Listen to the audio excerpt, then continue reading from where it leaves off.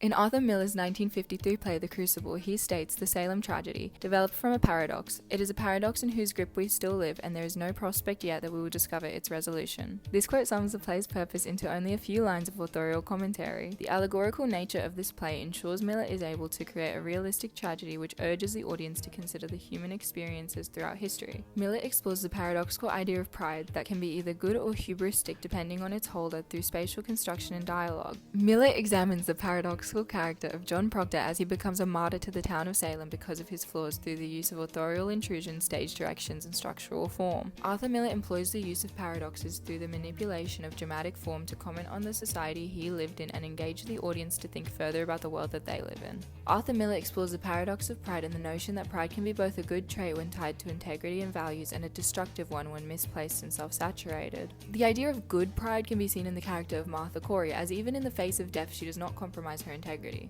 At the beginning of Act 3, we hear a court in session from offstage. When asked by Judge Hathorne, "Why do you hurt these children?" Martha Corey responds, "I do not hurt them. I scorn it." The use of spatial construction in this audible exchange collapses the boundary between institutionalized power and Martha Corey's private moral certainty. The audience can hear Martha Corey's plea but is physically prevented from viewing her, immersing them in the story as if they were waiting in the vestry room overhearing the court. Despite Martha Corey's pride leading to her execution, she is portrayed as principled and honorable due to her pride. Martha Corey's defiance to cooperate with the court mirrors the actions of those in 1950s USA, where during the McCarthy era, people accused of having communist ties were brought in front of the HUAC to defend themselves, and many chose to invoke the Fifth Amendment right, refusing to name names, and who would rather lose their job, get blacklisted, or even imprisoned over compromising their morals. On the other side of the spectrum, Reverend Parris completes this paradox as his misplaced pride leads to hubris and Salem's downfall. Early in Act 1, Reverend Parris is pleading with Abigail to admit to what she and Betty were doing in the forest the night prior. He begs her with anger. "Now tell me true, Abigail, and I pray you feel the weight of truth upon you.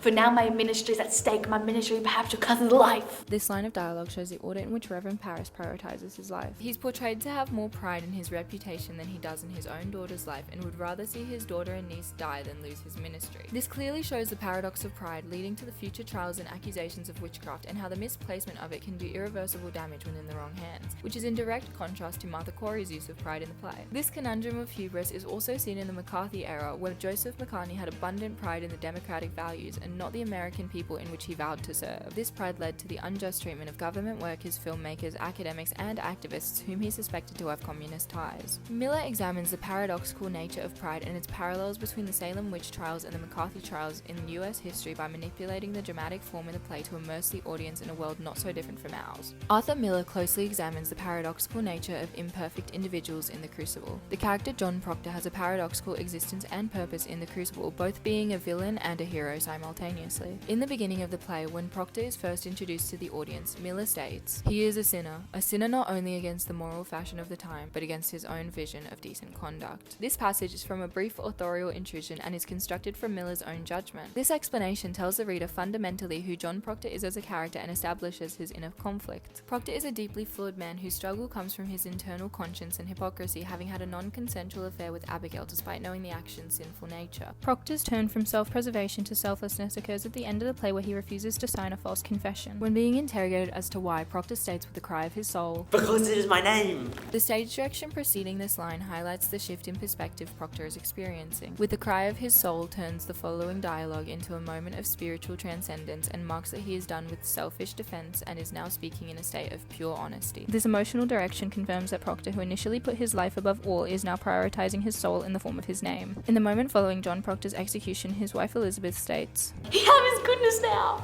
This line of dialogue acts as structural form, reimagining the tragedy through a heavily flawed man. Proctor's death is framed as a moral victory, showing that any individual can achieve moral greatness, but they must be willing to sacrifice all to get there. Arthur Miller manipulates dramatic form in The Crucible to depict how John Proctor's character is a paradox as he becomes saintly because of his sins and not in spite of them. Through his manipulation of dramatic form, Arthur Miller meticulously crafted The Crucible to prompt audience reflection on the world around them and the paradoxes this world creates, as history tends to repeat itself time and time again.